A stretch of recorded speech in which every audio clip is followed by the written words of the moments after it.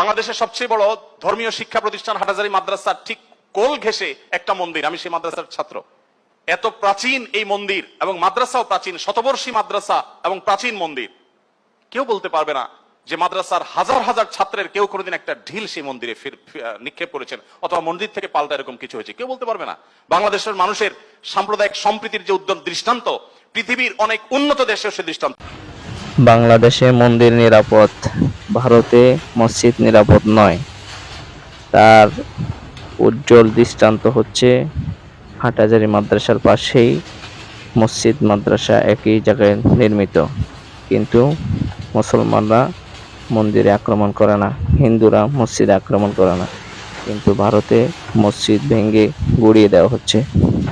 বাংলাদেশের সবচেয়ে বড় ধর্মীয় শিক্ষা প্রতিষ্ঠান হাটহাজারী মাদ্রাসার ঠিক কোল ঘেঁষে একটা মন্দির। আমি সেই মাদ্রাসার ছাত্র। এত প্রাচীন এই মন্দির এবং মাদ্রাসাও প্রাচীন, শতবর্ষী মাদ্রাসা এবং প্রাচীন মন্দির। কেউ বলতে পারবে না যে মাদ্রাসার হাজার হাজার ছাত্রের কেউ কোনোদিন একটা ঢিল সেই মন্দিরে নিক্ষেপ করেছেন অথবা মন্দির থেকে পাল্টা এরকম কিছু হয়েছে, কেউ বলতে পারবে না।